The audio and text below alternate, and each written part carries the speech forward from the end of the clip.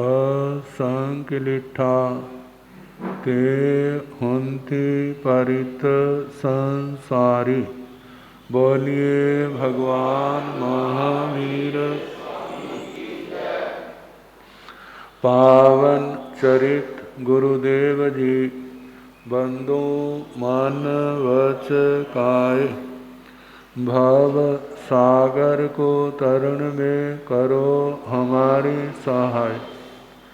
जिन शासन जिन वाणी सदा जयवंत हो, श्रवण संग सदा अविचल मंगल हो।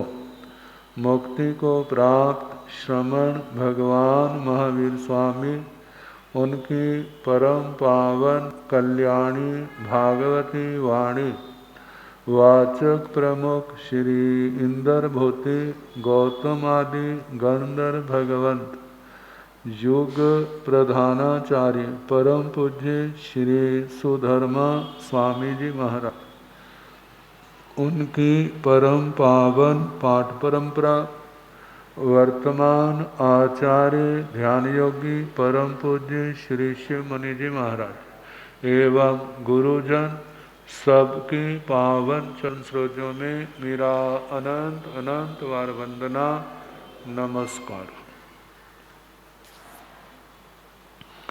उपस्थित धर्म प्रेमी सज्जनों, माताओं तथा बहनों, धर्म दुर्लभ भावना सुनाई जा रही। धर्म के स्वरूप में दशवीं कालिक सूत्र की प्रथम गाथा, धम्मो मंगल मुक्कीठं अहिंसा संयमो तवो देवा वीतं नमस्सन्ति जस धम्मे सयामन। धर्म सर्वोत्कृष्ट मंगल है। कौन सा? अहिंसा, संयम और तप। जिसका धर्म में मन सदा लगा रहता है, उसकी आत्मा को देवता भी नमस्कार करते हैं। धर्म एक ऐसा अनुशासन है जिसका पालन करने वाले जीव इस संसार सागर को पार कर जाते। और वह धर्म अहिंसा, संयम और तप रूप है। अहिंसा और संयम की तो बातें कुछ सुनाई, अब तपस्या की बात है। तपस्या ये भी आत्मा की कमाई है। दूसरी कमाई को तो यही साथ नहीं ले जाने देंगे। आपने चाहे कितना भी कमाया है, साथ नहीं ले जा सकोगे। जे ले जाने लगोगे ना, तो परिवार वाले वो नहीं ले जाने देंगे। आप आना चाहोगे तो घर में भी आने, मानो कोई बाबा दादी वापिस आ जाए घर, रखोगे घर में उसको? रात को 12 बजे कहे, भाई मेरे को शमशान भूमि ठंड बहुत लग रही है, इसलिए मैंने चलो घर में जा करके, कहते बिस्तर ले जा, कपड़े ले जा, लेकिन घर में जगह। देखो एक ही दिन में, एक ही रात में जो अपने थे वो सारे क्या हो गए। अब यदि वो आके कहे सपने में आके, मैं इसको लेके जाऊंगा, मेरा मन नहीं लगता, कहते एक बार की बात क्या ऐसी घटना घटी, किसी की घरवाली की ट्रांसफर हो गई और वह दूसरी जगह ज्वाइन करने के लिए चली गई, और दूसरी और किसी की घरवाली की डेथ हो गई। और उसके संस्कार करके वापिस आए। गलती से जिसकी ट्रांसफर हुई ना, उसने अपने घर वाले को टेलीफोन किया, मेरी जहां पर व्यवस्था अच्छी होगी, जगह मिल गई है, मैं परसों आपको लेने आ रही हूं। ये टेलीफोन किसको पहुंच गया? जिसकी घरवाली की डेथ हुई है। और तो बेचारे की क्या क्या दशा हुई होगी। सारा परिवार बिठा लिया। कहते जो हमारा भारत है ना, विदेशों में होता है एक जन्म भी साथ नहीं होता, इसलिए वो रजत जयंती और स्वर्ण जयंती मनाते हैं। क्यों मनाते हैं भला? कि कितना सौभाग्य हमारी रजत जयंती आई और सब। लेकिन हमारे तो भारत में कितनी सुगंधें होती हैं। 7 फेरे 7 जन्मों के प्रतीक। कहते बस लेके जाएगी। परिवार वालों को कह रहे कुछ कर लो, नहीं तो उठा के ले जाए, देखते रहना। ये तो एक संयोग था, सच में तो उसका फोन नहीं था। तो कहा ये संसार कोई चला भी गया है तो उसके साथ जाने के लिए तैयार नहीं होगा। तो बात चल रही है, बाहर की भौतिक संपत्ति को संभालने वाले बहुत, लेकिन उस भाई का आसन लेने वाला, जिस आसन पर बैठ के 5-5, 10-10 समायकें किया करता था, मालाएं किया करता था, भाई कौन लेगा भला? कहते नहीं, दुकान मैं ले लूंगा, घर मैं ले लूंगा, बैंक का खाता मैं ले लूंगा, लेकिन समायिक कहते वो बड़ा महात्मा है, उसको दे दो। किसको भला? वो समायिकें करता है। कहा जे दुनिया की दशा है, आत्मा की क्या दशा है? जिसने आत्मा का साथी बनना है उसकी उपेक्षा है, और जिसने साथी नहीं बनना उनसे अपेक्षा है। फिर क्या होता है? उपेक्षित ही होता है। इसलिए भगवान कहते हैं इस दुनिया को ही सब कुछ ना समझो, जो केवल इस जन्म के नाते अपनी आत्मा के लिए कुछ कर लो। क्या करना? अपना जीवन संयमित बनाओ। पूर्ण संयमित बनाओ तो उसका तो कहना ही क्या, पूर्ण नहीं तो यथा संभव अपने जीवन में संयम लाओ। किसके लिए? अहिंसा भगवती की रक्षा के लिए। किसके लिए? जन्म जन्म के पापों को तोड़ने के लिए तपस्या करो। तो तपस्या का वर्णन चल रहा है। तपस्या बड़ी बड़ी तपस्या ही तपस्या होती है ऐसा नहीं, छोटी भी तपस्या होती है। केवल 2-2 हजार के नोट तो नहीं होते, 5-5 के भी तो होते हैं ना। अब तो 5-5 के किसी को कहने भाई 5 का नोट देना, तो क्या होगा? कहने है ही नहीं। और यदि 5 पैसे कह दे कोई, वो तो घर में भी नहीं मिलेंगे।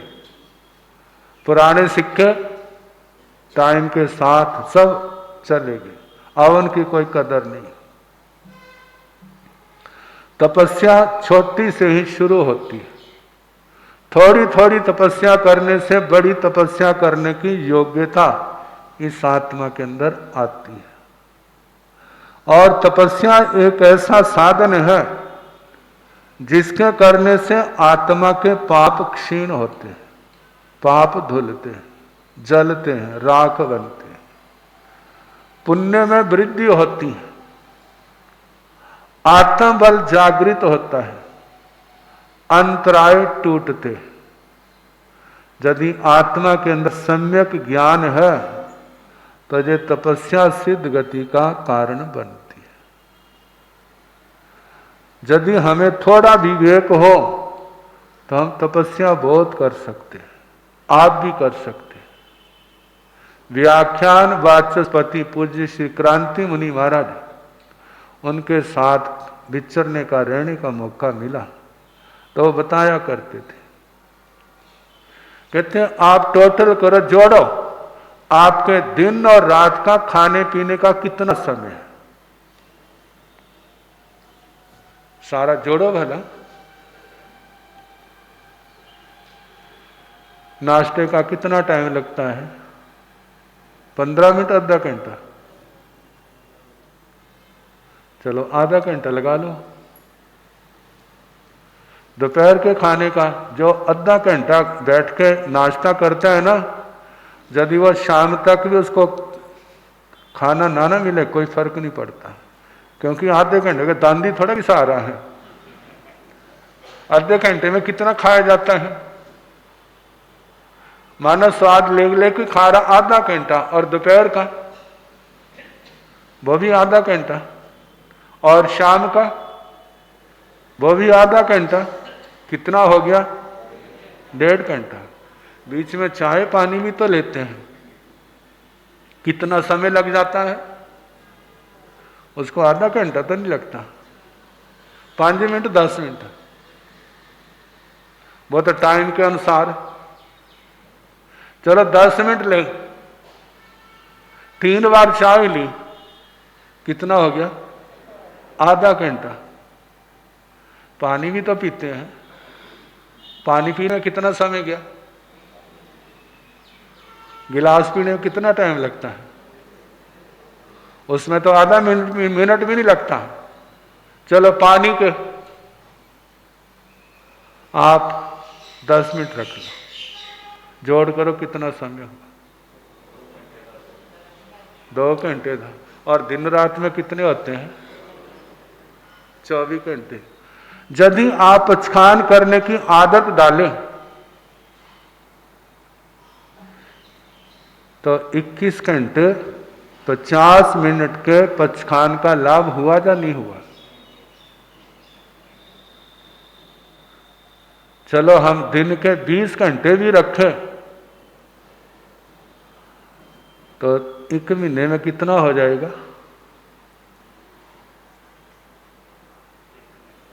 600 घंटे का पचखान मिल जाएगा ना। जे लाभ कब मिला?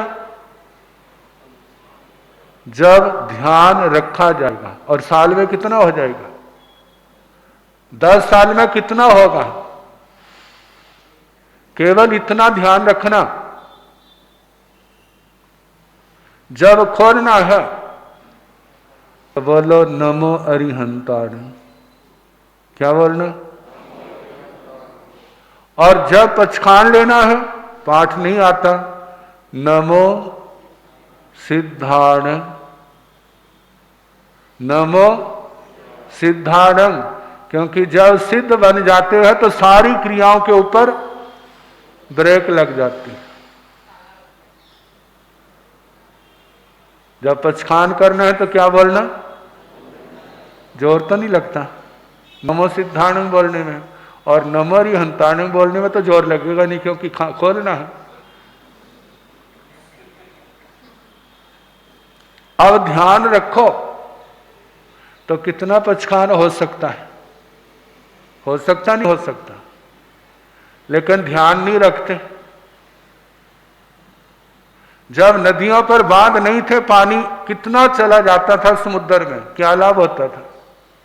लेकिन जब बांध बन गए, नहरों में आ गया पानी, पहले तो बिजली पैदा की, फिर नहरों में जाकर के जहां जहां पानी की कमी थी वहां पर पानी पहुंचा दिया, और खेतीबाड़ी के लिए जहां पर सूखी जमीन रहती थी उस पानी का लाभ लेके कितनी उपज हो रही है, कितनी फसलें हो रही हैं, कितने बाग लहलहा रहे हैं, और आपके पार्क हरे भरे हैं तो किसके कारण से?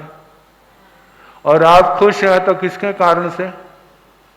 पुराने जमाने में जब ऐसी नलकों की व्यवस्था नहीं थी ना, तो सबसे पहला काम क्या होता था? घर वालों की क्या ड्यूटी होती थी?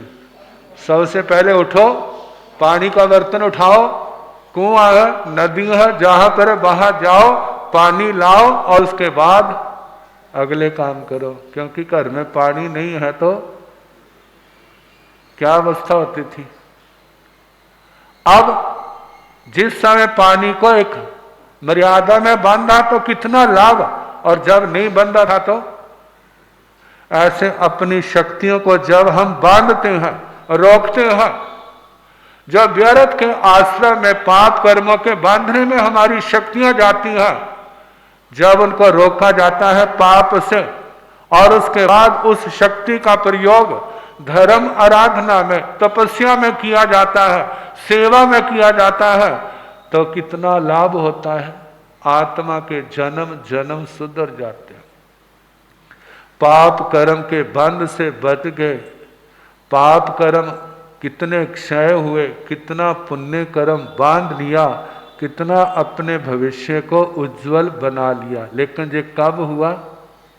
जब अंदर विवेक पैदा हुआ, जब गुरुजनों का सानिध्य मिला, जब भगवान की वाणी सुनी, तब ये समझ आई कि हम कितना कुछ कर सकते।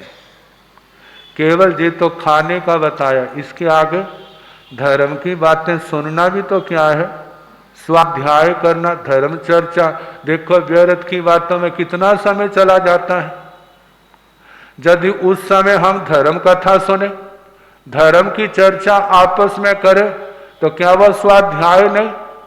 भगवान की बात, भगवान की वाणी को रिवीजन, उसकी परिवर्तना करना, उसको सीखना, ये भी तो तपस्या है। ये 12 प्रकार की तपस्या है। बड़ा नहीं, छोटा छोटा रूप भी करें, इससे क्या होता है? अभ्यास होता है, तपस्या बढ़ती है, संयम बढ़ता है, आत्मा निर्मल होती है, संबर होता है, बंध कटता है, आत्मा अपने लक्ष्य की ओर बढ़ता है, आत्मा के संस्कारों का सुधार होता है, बुरे संस्कार नष्ट होते हैं, अच्छे संस्कारों का उपार्जन होता है। और ऐसे बढ़ते बढ़ते आत्मा केवल गुरुओं की कृपा का पात्र ही नहीं, वह भगवान के चरणों का उपासक बन करके सिद्ध गति का अधिकारी भी बन जाता है। अब वो तपस्या क्या है? जैसे जैसे समय आएगा सुनाने का प्रयास करें।